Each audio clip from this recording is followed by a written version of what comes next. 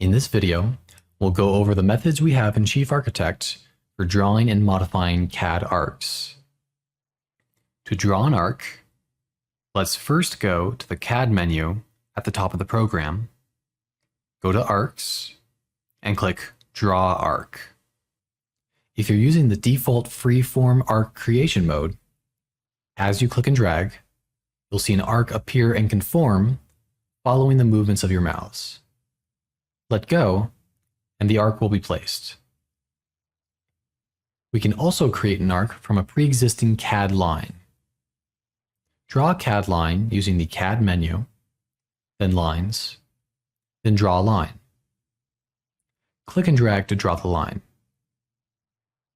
With the CAD line selected, click on the Change Line Arc button on the Edit toolbar. This will convert any CAD line into an arc, or if you click it again, it'll convert the arc back into a straight line.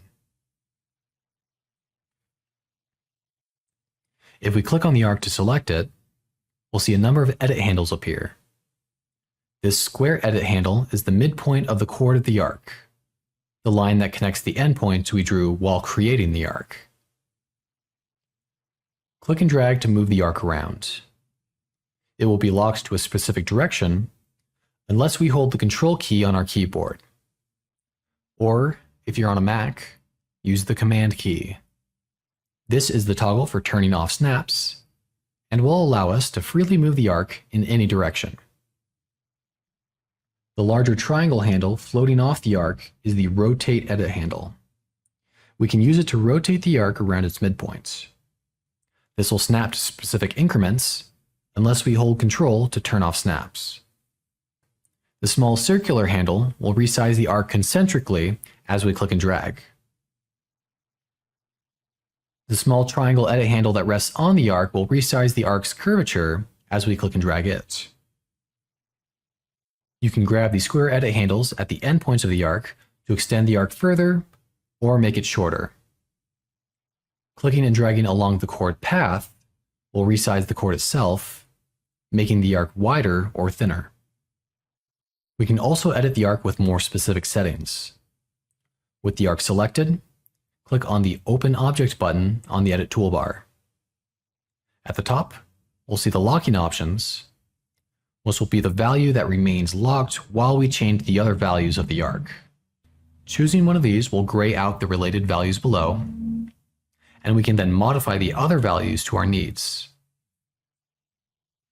Pressing Tab or clicking in another box will update the values, and we can click OK to see our changes. Also in the Arc Specification dialog, if we go to the Line Style panel, we have control over what layer the arc is on, its color, its line style, and its line weight.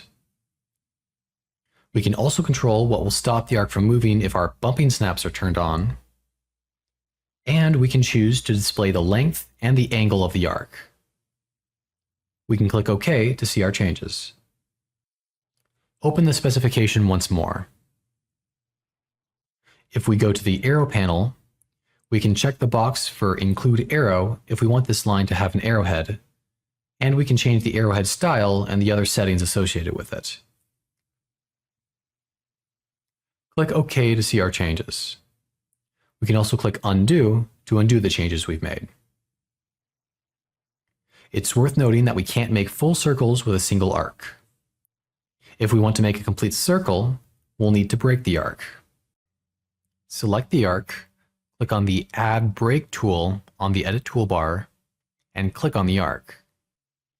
Now that it's broken into two segments, use the Endpoint Edit handle to extend it and close the circle.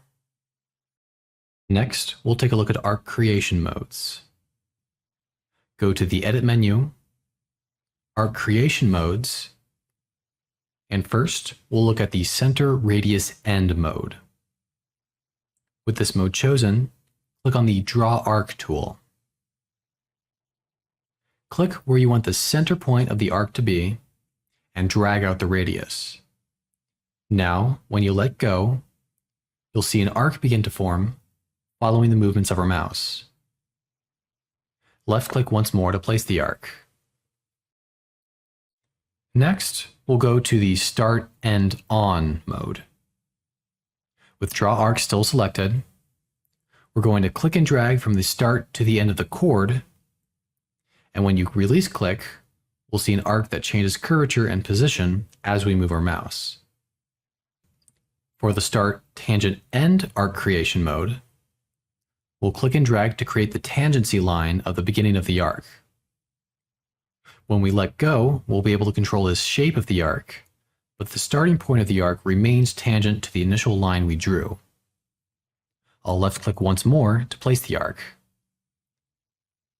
Finally, we'll look at the Arc About Center mode. To use this mode, we first need a temporary point. Go to the CAD menu, Points, click Place Point, and click in the plan. Then, let's go back to the Arc tool, and now, anywhere we click and drag, the arc will always center around the point we've placed.